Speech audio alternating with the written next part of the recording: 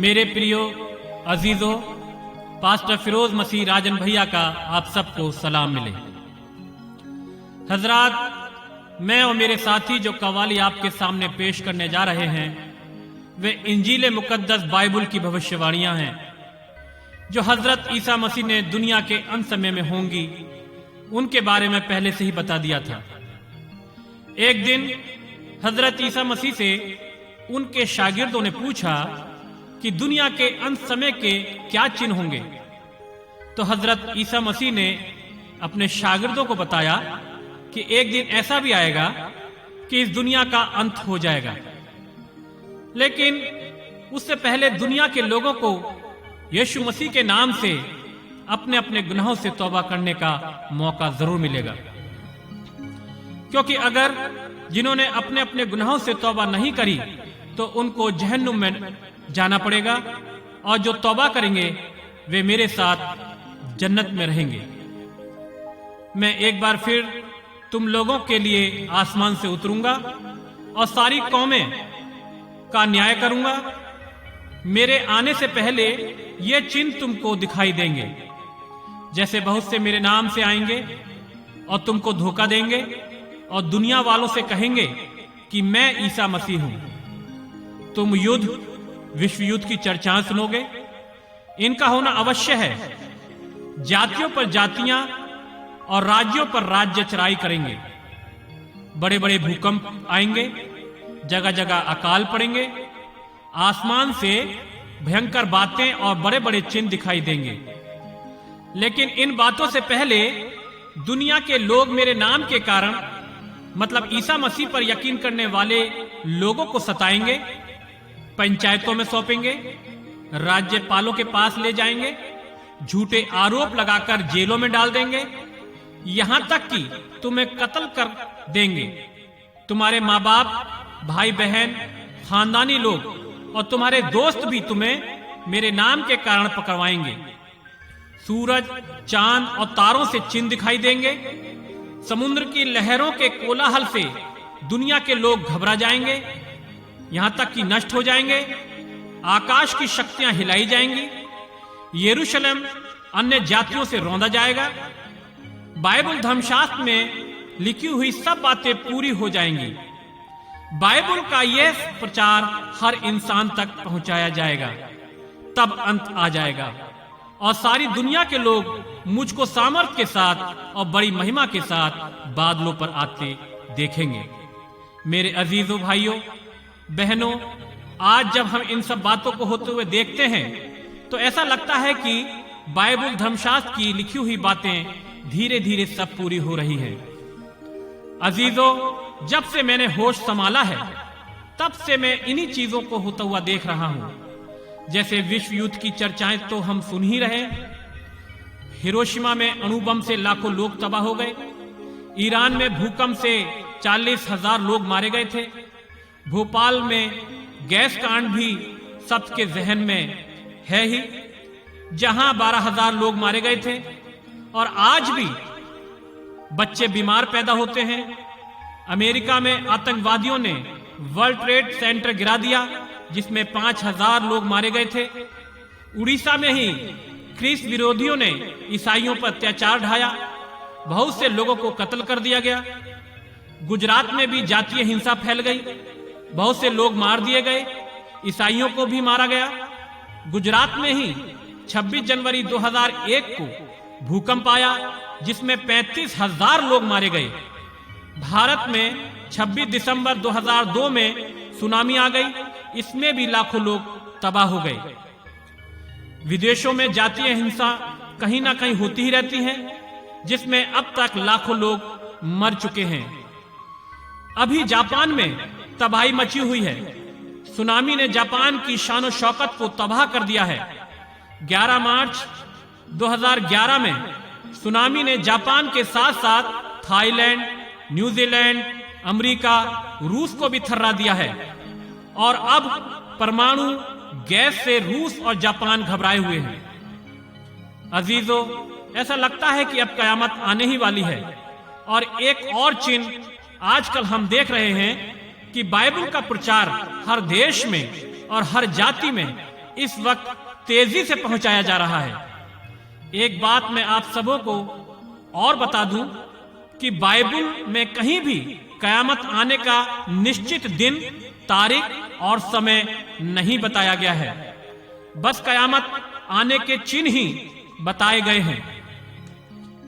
भाइयों और बहनों, अजीजों, ये कव्वाली की सीडी जिसको हमने नाम दिया है कयामत, संसार में हुई कुछ घटनाओं के साथ हम आप तक पहुंचा रहे हैं, ताकि जो कोई सुने तो जान ले कि दुनिया का अंत समय निकट है। अपने गुनाहों से पश्चाताप करें। जब तक खुदा ने जिंदगी दी है उसे खुदा की नजदीकी में गुजारें। इस सीडी को बनाने का मकसद किसी को डराना नहीं है। यह सीडी बाइबल धर्मशास्त्र की भविष्यवाणियों पर आधारित है। खुदा हाफिज। नमस्कार। जय मसीह की। लोग कहते हैं तेरी दीद में क्या रखा है, आरज़ू ही ने तो दीवाना बना रखा है। तेरे दीदार की हसरत न हो क्यों मसीहा मुझको, एक मुद्दा से तुझे दिल में बसा रखा है। तेरे कदमों में जगह पाऊंगा मूसा की तरह, तेरे कदमों में जगह पाऊंगा मूसा की तरह। इसी उम्मीद को सीने से लगा रखा है। तो मैं एक पापी मेरे मसीहा, मैं एक पापी मेरे मसीहा, गुनाह तू मेरे मुआफ कर दे, गुनाह तू मेरे मुआफ कर दे, गुनाह तू मेरे मुआफ कर दे, गुनाह तू मेरे मुआफ कर दे, गुनाह तू मेरे मुआफ कर दे, मुआफ करके मेरे गुनाह को मुआफ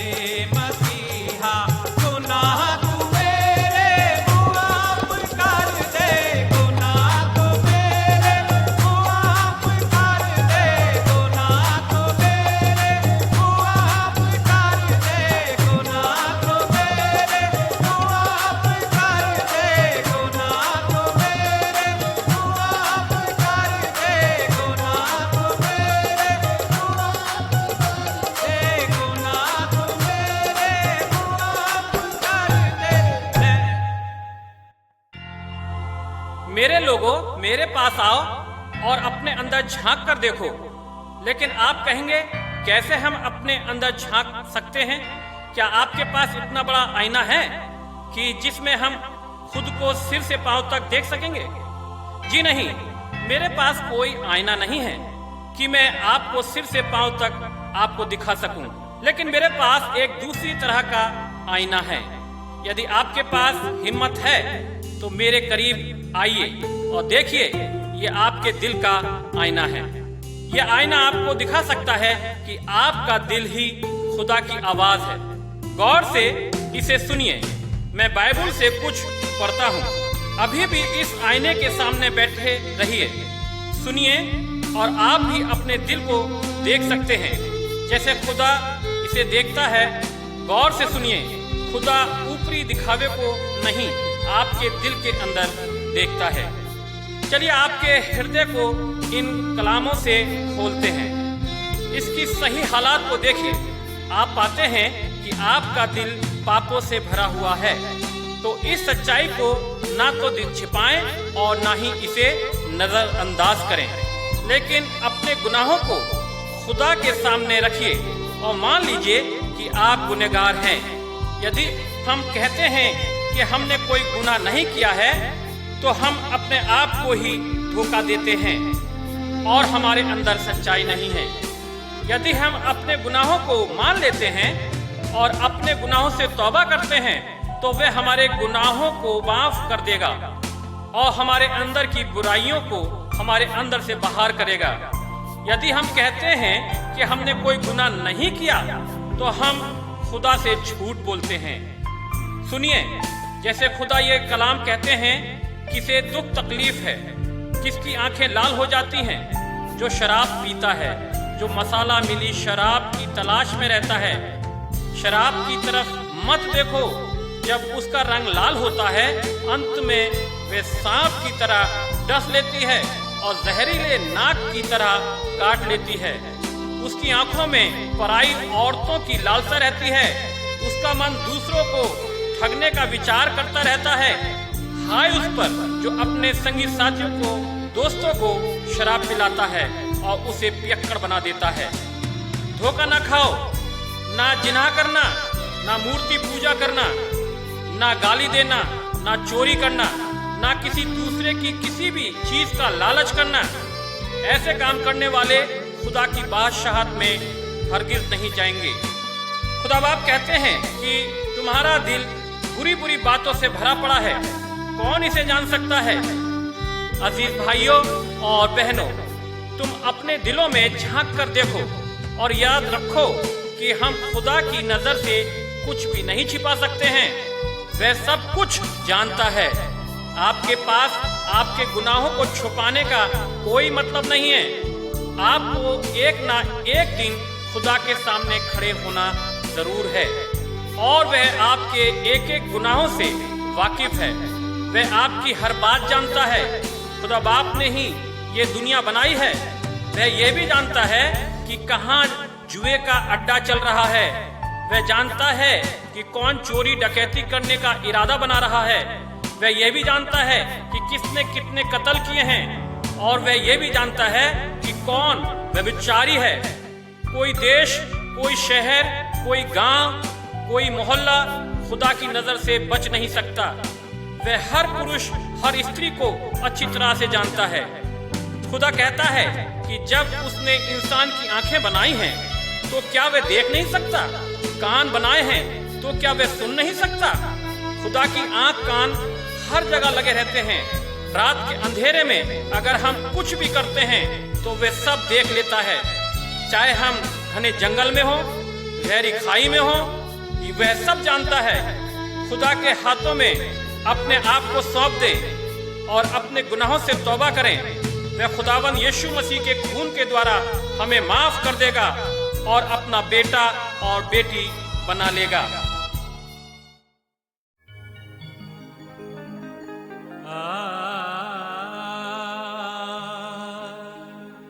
मुझसे राजी जब मेरा इब्ने खुदा हो जाएगा, देख लेना जिंदगी से क्या हो जाएगा। तेरे हाथों सौंप दी है अब तो अपनी जिंदगी, दम निकल जाएगा जिस दिन तू खफा हो जाएगा। तो या मसीह मेरे लबों पे एक नाम तेरा है, या मसीह मेरे लबों पे एक नाम तेरा है, या मसीह मेरे लबों पे एक नाम तेरा है, या मसीह मेरे लबों पे एक नाम तेरा है, एक नाम तेरा है, एक नाम तेरा है, एक नाम तेरा है, एक नाम तेरा है, एक नाम तेरा है, एक नाम तेरा है, एक नाम तेरा है, एक नाम तेरा है, एक नाम तेरा है, एक नाम तेरा है, एक नाम तेरा है, एक नाम तेरा है, या मसीह मेरे लबों पे एक नाम तेरा है, या मसीह मेरे लबों पे एक नाम तेरा है।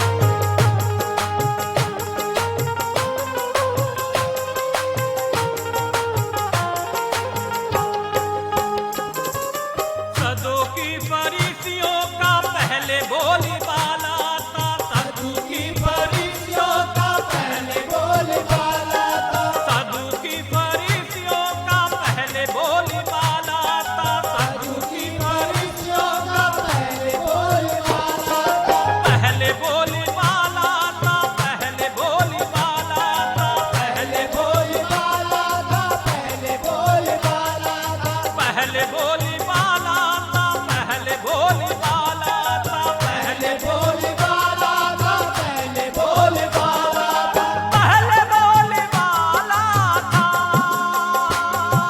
पहले बोलबाला था, पहले बोलबाला था,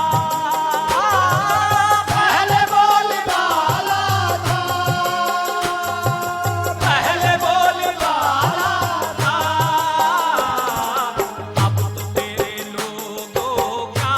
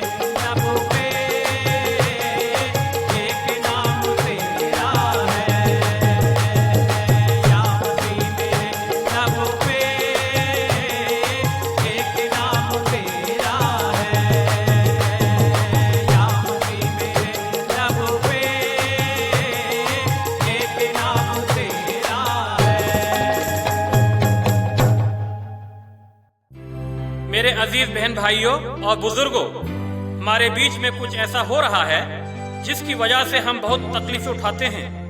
कई लोगों के लिए ये एक बेरहम मालिक हो सकता है और ये अपने मानने वालों को बहुत नुकसान पहुंचाता है। ये मालिक जो हम पर अधिकार चलाता है वह है हमारी नशा करने की आदत, जिसने हमें गुलाम बना रखा है और हम मजबूर होकर गलतियां करते रहते हैं। यहाँ तक कि हम लोगों का कत्ल भी कर देते हैं, चाहे हमारे अपने ही क्यों ना हो। ऐसे लोगों को अपने घराने, खानदानों, बीवी बच्चों की कोई परवाह नहीं होती। बच्चे भूखे मरते हैं, यहाँ तक कि उनके पास पहनने के लिए कपड़े भी नहीं होते हैं और वो चिथड़ों में रहते हैं। नशा करने वाला इंसान हमेशा अपनी नशे की आदत की जरूरत को पूरा करने की धुन में ही लगा रहता है। नशे में एक दूसरे को मारते पीटते हैं और अपने आप को भी घायल कर लेते हैं। ये बेरहम मालिक शैतान की तरफ से आता है, इसलिए वह इतना खतरनाक वो बेरहम है। शैतान हमें बर्बाद ही करना चाहता है क्योंकि वह हमसे नफरत करता है। आप में से बहुत से ऐसे लोग भी हैं जो कहते हैं कि आप नशे के गुलाम नहीं हैं। कभी कभी ऐसा होता है कि हमारे खानदान में परेशानियां आती हैं, कोई अपना अजीज मर जाता है, उसका इंतकाल हो जाता है, या हमारे खेतों की फसल खराब हो जाती है, या फिर हमारा कोई घर का जानवर मर जाता है। तब आप दुखी हो जाते हैं और गम को मिटाने के लिए फिर से नशा करना, शराब पीना शुरू कर देते हैं। मेरे भाइयों बहनों और अजीजों, मैं आपको इस बेरहम मालिक की गुलामी से आजाद करने का रास्ता बताता हूँ। मेरी बात गौर से सुन लीजिए। एक है जो आपको इससे बचा सकता है और उसका नाम है खुदा का बेटा हजरत ईसा मसीह। हजरत ईसा मसीह इस दुनिया में शैतान के कामों को खत्म करने ही आए थे। हमें शैतान के हाथों से छुड़ाने के बदले में ईसा मसीह ने एक बड़ी कीमत चुकाई है। मेरे भाइयों, मेरे और आपके गुनाहों से हमें बचाने के लिए ईसा मसीह ने खुद को क्रूस पर चढ़ाकर मृत्यु को भी सह लिया और वह कब्र में गाड़ा गया। तीसरे दिन मुर्दों में से जी उठा, शैतान को हरा दिया और हमारे लिए जन्नत का रास्ता खोल दिया ताकि हम आसमान की बादशाहत में रह सकें। मुर्दों में से जी उठने के बाद 40 दिन तक वह इसी दुनिया में रहा। फिर वह वापस आसमान पर चला गया और अपनी रूह हमारी मदद के लिए उसने भेज दी और हमें दे दी। ये रूहुल कुद्दूस दुनिया की सभी बुरी ताकतों और शैतान की ताकतों से ज्यादा ताकतवर है। वह हमारी सांसों की तरह हमारे साथ है। मेरे भाइयों बहनों और अजीजों, मैंने जो भी बातें आपसे कही वह बाइबल कलाम पाक की बातें हैं। इसी समय अपने अपने गुनाहों से तौबा करें और खुदावंद यीशु मसीह को अपना निगहबान बनाएं। वह आपके दिल के दरवाजे पर खड़ा खटखटा रहा है ताकि वह आपके दिल में रह सके। वह आपको आपके गुनाहों से माफ करके आपके जीवन को साफ सुथरा कर देगा। इस दुनिया में हजरत ईसा मसीह के अलावा और कोई नाम नहीं दिया गया जो आपके गुनाहों को माफ कर सके। आपके पास अभी समय है, यीशु को नजरअंदाज ना करें। खुदा हाफिज। जरा तू सोच ली गाफिल कि क्या दम का ठिकाना है, निकल जब ये गया तन से तो सब अपना बेगाना है। तो अब होश में आओ दुनिया वालों, अब होश में आओ दुनिया वालों, वक्त ने ली अंगड़ाई है, कयामत आने वाली है, अदालत लगने वाली है, कयामत आने वाली है, अदालत लगने वाली है, कयामत आने वाली है, अदालत लगने वाली है, कयामत आने वाली है, अदालत लगने वाली है, कयामत आने वाली है।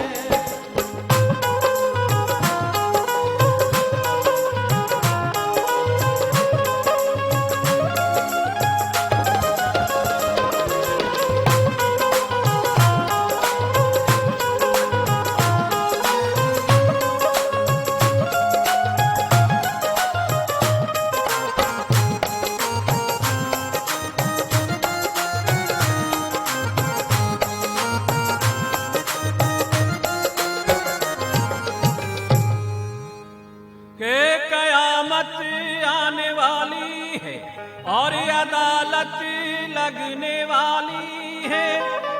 बाइबल की नबूवतें सब पूरी हो रही हैं।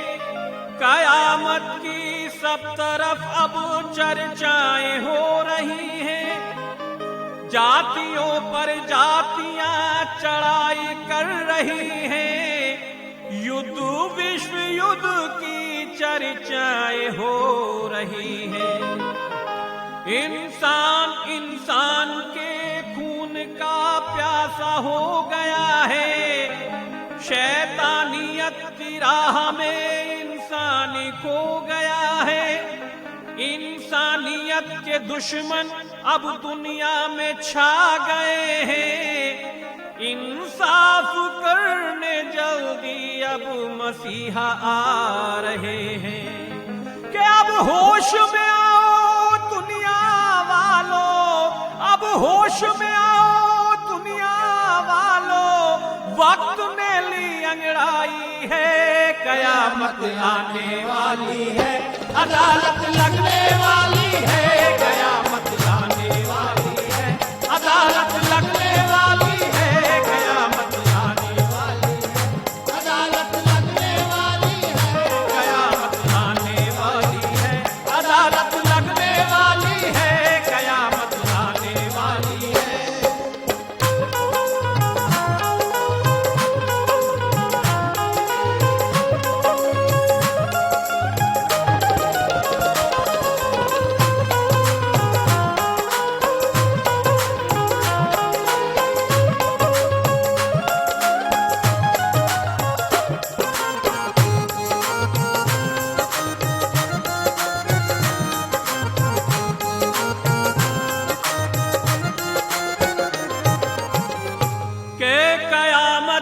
आने वाली है और अदालत लगने वाली है।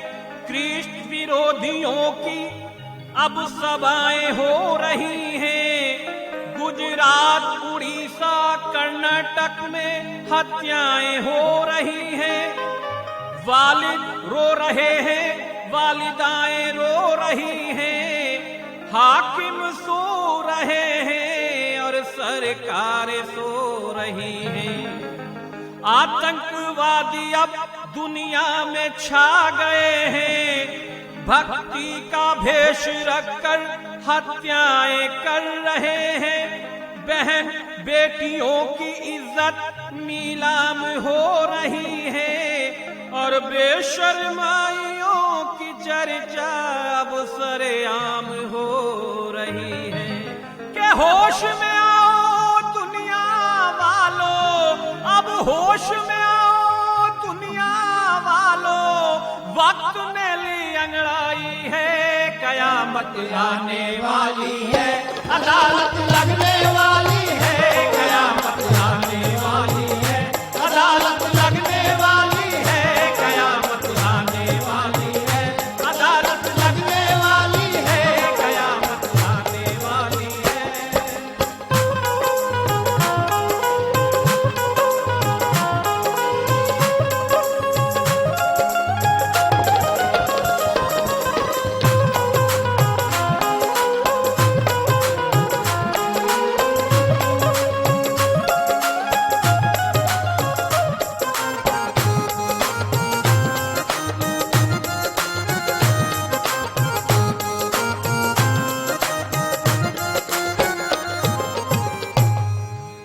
के कयामत आने वाली है और अदालत लगने वाली है। घबराया हुआ है शैतान, मसीह लोग बढ़ रहे हैं। बढ़ते मसीह समाज से कुछ लोग डर रहे हैं। इसलिए मसीह समाज की हत्याएं कर रहे हैं। झूठे झूठे आरोप वो उन पर मर रहे हैं। अकाल पड़ रहे हैं, भूडोल हो रहे हैं। महामारियों से भी कई लोग मर रहे हैं। मसीह प्रचारक इस वक्त दुनिया में छा गए हैं और मन फिराओ का पैगाम घर घर पहुंचा रहे हैं कि अब होश में आओ दुनिया वालों, अब होश में आओ दुनिया वालों, वक्त ने ली अंगड़ाई है, कयामत आने वाली है, अदालत लगने वाली है, कयामत आने वाली है, अदालत लगने वाली है, कयामत आने वाली है, अदालत लगने वाली है, कयामत आने वाली है।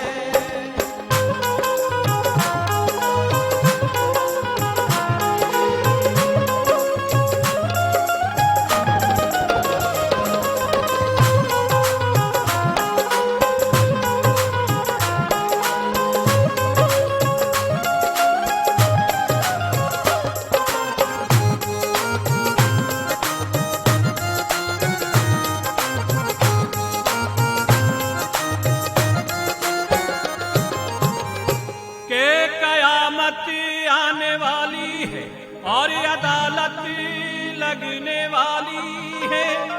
26 जनवरी के शुभ अवसर पर एक अशुभ आंधी आई थी। जनगण मन अधिनायक की गूंज भारत में छाई थी। 2001 शुक्रवार को वक्त ने ली अंगड़ाई थी और भूकंप आ गया भारत में, गुजरात की धरती थर्राई थी। लील गई लाखों इंसानों को भूकंप की गहरी खाई थी। विनाशकारी लीला ने ये कैसी कुदरत दिखाई थी। माँ से बच्चे बिछड़ गए, बहनों से बिछड़े भाई थे और विधवा हो गई हाथ की जिनकी मेहंदी न मिटने पाई थी। कि अब होश में आओ दुनिया वालों, अब होश में आओ दुनिया वालों, वक्त ने ली अंगड़ाई है, कयामत आने वाली है, अदालत लगने वाली है, कयामत आने वाली है, अदालत लगने वाली है, कयामत आने वाली है, अदालत लगने वाली है, कयामत आने वाली है।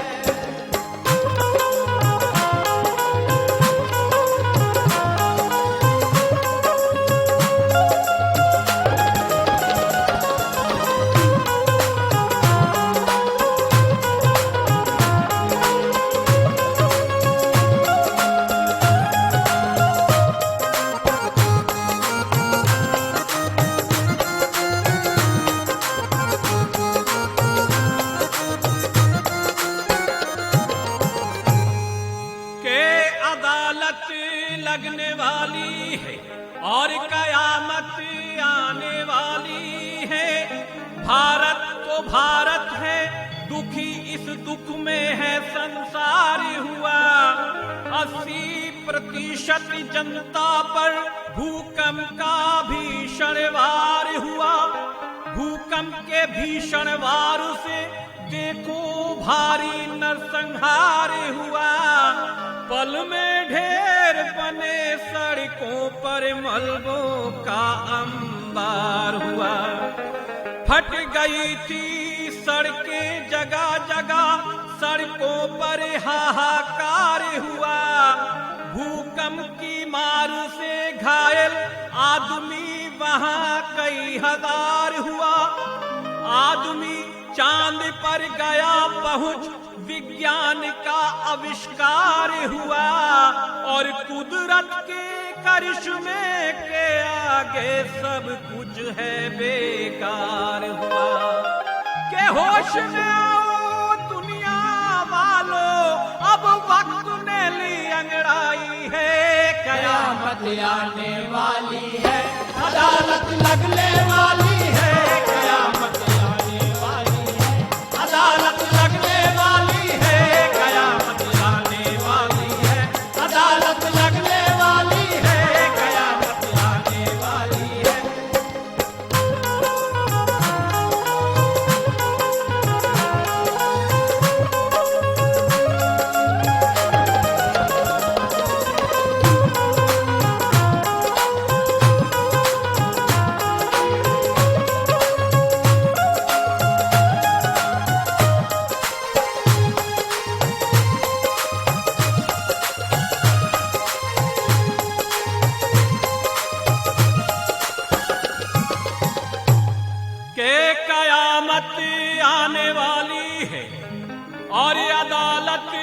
लगने वाली है। मत्ती 24, लूका 21 बाइबल में हमें बताया है। लगता है अब इस दुनिया का अंत समय ही आया है। जल जला जापान में आया, जल ने कहर मचाया है और जल जले ने जल के अंदर लोगों को तड़पाया है। तड़प तड़प कर लोगों ने जल में प्राण गंवाया है। प्रशांत महासागर ने कैसा तांडव नाच नचाया है।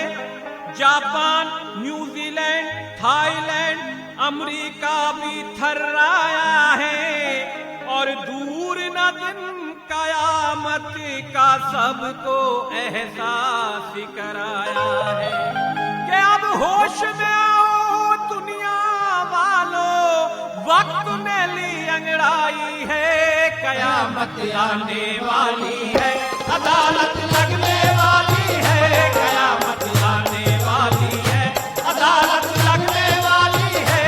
कयामत आने वाली है, अदालत लगने वाली है। कयामत आने वाली है।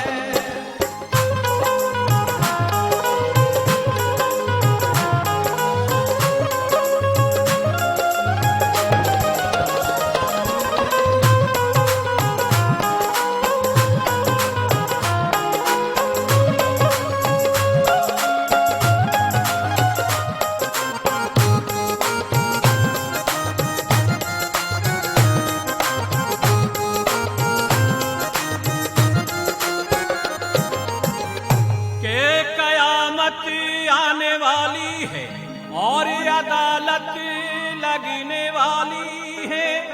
जो कल तक थे धनवान आज मोहताज है दाने दाने को। फैला रहे थे हाथ वहां पर राहत सामग्री पाने को। मजबूर हुए हैं राहत सामग्री मांग मांग कर खाने को। मिला न मौका पल भर उनको घर से कुछ भी लाने को। बचाना कुछ भी तन ढकने को, रहा न कुछ बिछाने को। लावारिस बन मजबूर हुए हैं सड़कों पर रात बिताने को। इशारा ही बहुत है सुनामी हम सबको समझाने को। फिरोज तू भी होश में आ जा, यीशु मसीह है आने को। अब होश में आओ दुनिया वालों, वक्त ने ली अंगड़ाई है। कयामत आने वाली है, अदालत लगने वाली है। कयामत आने वाली है, अदालत लगने वाली है। कयामत आने वाली है, अदालत लगने वाली है। कयामत आने वाली है।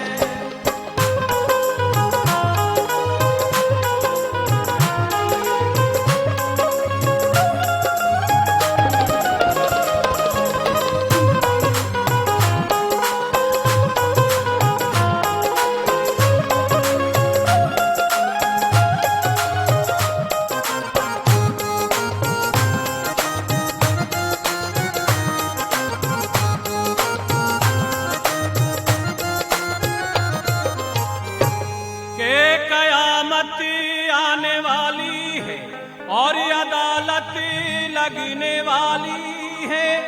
इंसान अपने अरमानों के सपने रोज सजाता है। सपनों को सजाकर अपने सपनों का महल बनाता है। पल की खबर नहीं प्रबंध 100 बरसों का करवाता है। और हुक्म खुदा का होता है जब तूफान वक्त का आता है। इंसान ईंट अरमानों की महल में स्वयं लगाता है और ताश के पत्तों की तरह पल भर में बिखर वो जाता है। समय निकट है, होश में आओ, बाइबल वचन बताता है। और चिड़िया चुग गई खेत तो इंसान बाद में पछताता है। कि अब होश में आओ दुनिया वालों, अब होश में आओ दुनिया वालों, वक्त ने ली अंगड़ाई है, कयामत आने वाली है, अदालत लगने वाली है, कयामत आने वाली है, अदालत लगने वाली है, कयामत आने वाली है, अदालत लगने वाली है, कयामत आने वाली है, अदालत लगने वाली है, कयामत आने वाली है, अदालत लगने वाली है, कयामत आने वाली है, अदालत लगने वाली है, कयामत आने वाली है, अदालत लगने वाली है, कयामत आने वाली है, अदालत लगने वाली है, कयामत आने वाली है, अदालत लगने वाली है, कयामत आने वाली है, अदालत लगने वाली है, कयामत आने वाली है, अदालत लगने वाली है, कयामत आने वाली है। अजीज भाई बहनों, ये सवाल हमारे जहन में कभी न कभी उठता ही होगा कि इस दुनिया का कब अंत होगा। यही सवाल हजरत ईसा मसीह से उनके शागिर्दों ने भी किया था। तब उसने उन्हें बताया, खबरदार तुम घबरा ना जाना, क्योंकि इनका होना जरूरी है। तब बाइबल का पैगाम हर देश में पहुंचाया जाएगा, तब दुनिया का खात्मा हो जाएगा। क्या हजरत ईसा मसीह दोबारा इस जमीन पर आएंगे? हाँ, खुदा ने कई बार अपने बाइबल में वायदा किया है कि हजरत ईसा मसीह दोबारा हमारी इस दुनिया में आएंगे, लेकिन वे बहुत पहले लिखा गया था। क्या आप यकीन रखते हैं कि प्रभु ईसा मसीह फिर से आएंगे? बाइबल के इन पैगामों को सुनो। खुदा के लिए एक दिन 1000 साल के बराबर है और 1000 साल एक दिन के बराबर है। खुदा अपना वादा निभाने में देर नहीं करता, लेकिन एक समय आएगा लोग तुम्हें तकलीफ देंगे। हमें यकीन है कि हम में से जो हजरत ईसा मसीह पर यकीन लाएगा कोई बर्बाद नहीं होगा, पर सभी अपने अपने गुनाहों से तौबा करेंगे। क्या खुदावंद यीशु मसीह जल्दी वापस आएंगे? कोई नहीं जानता कि वे वापस कब आएंगे, लेकिन वे जब भी आएंगे अचानक से ही आएंगे, और जो उनके लिए तैयार हैं उन्हें वो अपने साथ ले जाएंगे। तब वे सब आसमान की बादशाहत के वारिस होंगे, क्योंकि हजरत ईसा मसीह ने कहा था कि तैयार रहना, जब तुम सोच भी न सकोगे और अचानक खुदा का बेटा आ जाएगा। खुदावंद यीशु मसीह जब दोबारा आएंगे तो वे कुछ और भी करेंगे। हाँ, वे सारी दुनिया का न्याय करेंगे और उस वक्त वे अपने दुश्मनों को सजा देंगे। तब खुदावंद यीशु मसीह इस जमीन पर अपने लोगों को जिनसे वे प्यार करते हैं इनाम देंगे। तब हजरत ईसा मसीह इस दुनिया के राजा कहलाएंगे।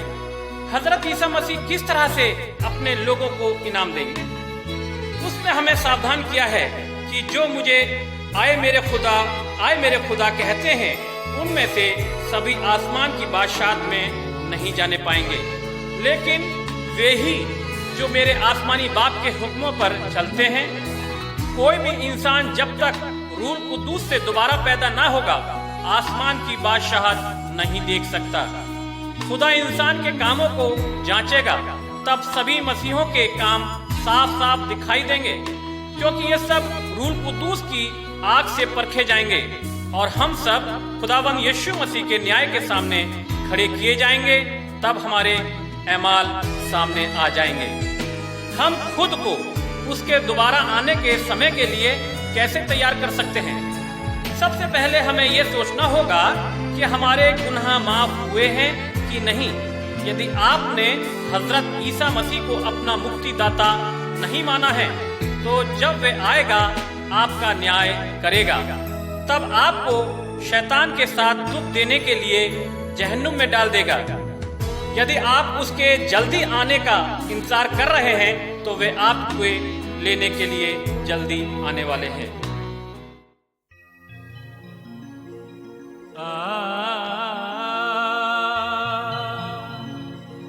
मेरे बाद मिलकर दुआ करते रहना, तिलावत कलाम खुदा करते रहना। मेरे बाद मिलकर दुआ करते रहना, तिलावत कलाम खुदा करते रहना। मेरे बाद मिलकर दुआ करते रहना, तिलावत कलाम खुदा करते रहना। मेरे बाद मिलकर दुआ करते रहना, तिलावत कलाम खुदा करते रहना।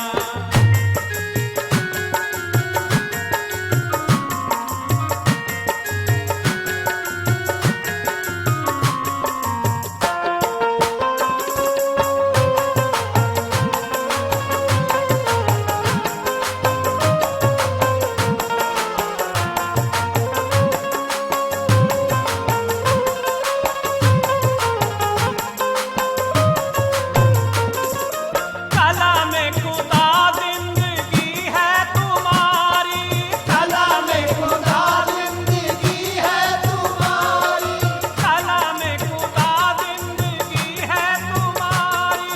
कलाम खुदा जिंदगी है तुम्हारी, कलाम खुदा जिंदगी है तुम्हारी। हमेशा पढ़ो तो सना करते रहना। कलाम खुदा जिंदगी है तुम्हारी हमेशा पढ़ो तो सना करते रहना। मेरे बाद मिलकर दुआ करते रहना, तिलावत कलाम खुदा करते रहना। मेरे बाद मिलकर दुआ करते रहना, तिलावत कलाम खुदा करते रहना।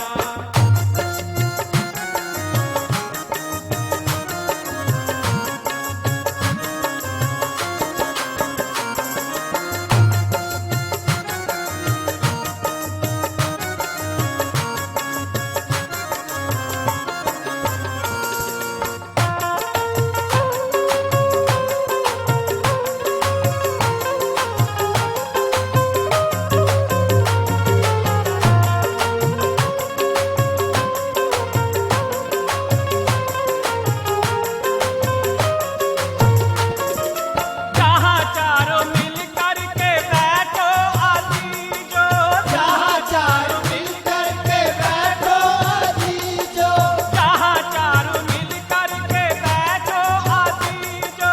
जहाँ चारों मिलकर के बैठो अजीजो, जहाँ चारों मिल करके बैठो अजीजो। मेरी याद शामों सुबह करते रहना। जहाँ चारों मिलकर के बैठो अजीजो, मेरी याद शामों सुबह करते रहना। मेरे बाद मिलकर दुआ करते रहना, तिलावत कलाम खुदा करते रहना। मेरे बाद मिलकर दुआ करते रहना, तिलावत कलाम खुदा करते रहना।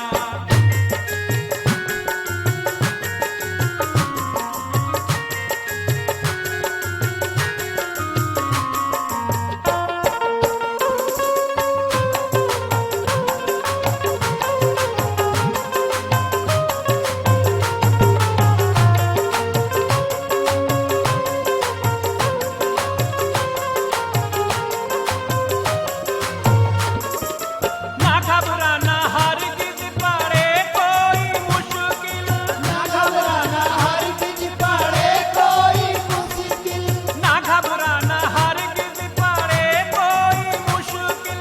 ना घबराना हरगिज़ पड़े कोई मुश्किल, ना घबराना